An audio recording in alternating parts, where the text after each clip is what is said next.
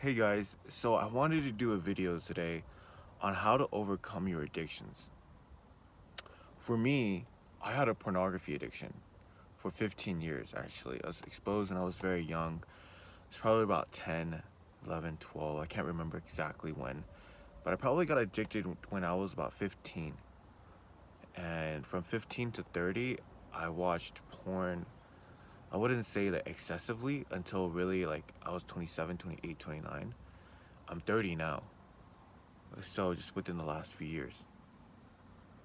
But I wanted to do this video because I wanted to share with everyone the key to overcoming pornography. And it's actually really, really simple. You see, the way that pornography works, the I'm trying to how do I explain this in a simple way where everyone can understand? Okay, so it's two parts. The first part is really the key to overcoming pornography is really just to focus on the things that you want. Now that sounds really simple, but it's true. I'll give you an example from the Bible. I don't know if you guys are Christians or not, but in the Bible, there's a story about Moses and his people. They're lost in the wilderness. They're in the desert. And all of a sudden, they're attacked by flying snakes. His people are all sick because these snakes bit in them. They're venomous, right? And these people go to Moses. During this time, the people are not very righteous.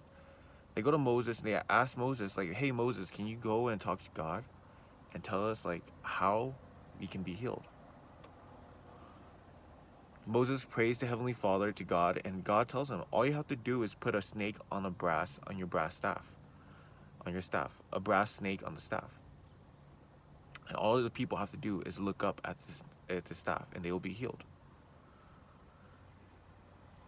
It's the same concept. The interesting thing is only some of the people watched, only some of the people looked up. Others didn't. Others were too consumed with their wounds.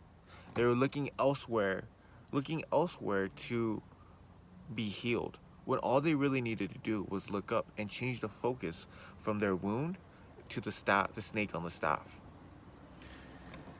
Now, this is just a story to illustrate how to change your focus. You have to focus on the things that you want. If I was to ask you what you really want in life, a lot of people will go off on things that maybe like they know that they don't want, right? So you ask me what I want. A lot of people would be like, I don't want a marriage that sucks, right? I don't want to have kids that are bad, right? I don't want to like drive a crappy car. I don't want to live in the bad part of town. Well, what do you really want, right? Focus on the things that you really want, and then you'll find a change in yourself. The second part is to understand how the brain works. A lot of times, how the brain works, see, your brain is a supercomputer. It processes things so fast. Right? You ever look through like one of those flip books? Sorry. You ever look through one of those flip books and you're like, oh my gosh, it's so cool. Right? But then what if I tore a page of those flip books and then I gave it to you and like 10 seconds later, 10, 9, 8, 7, 6, 5, 4, 3, 2, 1, gave you another one, another piece of page from that. You would look at it and you'd be like, what is this? Why, what is this? Like, what is the purpose of this? See, it's the same concept, right? Our brain likes to move fast. And when our brain doesn't move, when we don't tell it what we want, it crashes. There are a bunch of flies in here. It crashes. Your brain, your computer crashes, right? You ever have your computer crash or your iPhone crash because it's too hot or like because there's just too many things going on or it freezes on you, right? Let's compare. Let me give you another story. Some of you might have grown up with a dog. I didn't. But pretend you have a dog, a puppy. You bring the puppy home and you just leave it in the backyard. You have this huge backyard. You leave it back there. You don't really tell it what to do, and you don't really tell it what to do, or You don't really train it, right? All you do is like once a day you bring out like a food and water for it to eat and drink. As this puppy grows older, how do you think this puppy, who do you think this puppy is gonna become? Right? This puppy is gonna be probably running all over your freaking yard, like trying to jump the fence, trying to dig under the fence, gonna poop over here, pee over here. It's gonna be barking at nights. It's gonna be doing things. Every person it comes to, your kids are going trying to go pet it, and it's like acting wild. It's like biting people, trying to bite people, you know, trying to bite you. Right? Our brain is the same way. Right? We might see the puppy, and like you might see the puppy and it's the dog now, right? And it's constantly trying to like jump the fence to go like play with your neighbor's dog, right? And every time it tries to jump over the fence, it flies in the air and it hits the ground. And you think, this dumb dog, why does it keep doing that?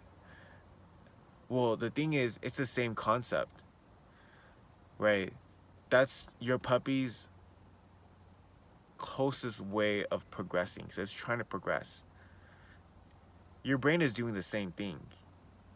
It's trying to find ways. It's all it is trying to tell you like, hey, I need you to tell me what to do. Right? You ever notice a puppy, like a dog, if you train it right, that dog, man, it's just the most loyal thing. You tell it to do anything, it'll do anything you want it to do. Your brain is the same way.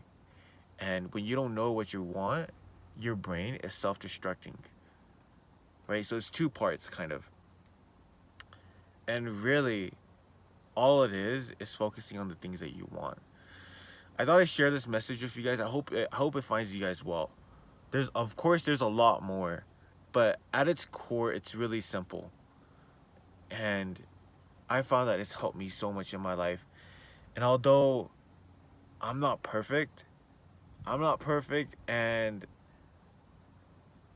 like it's helped me a lot, you know. And so I just wanted to share this with you guys.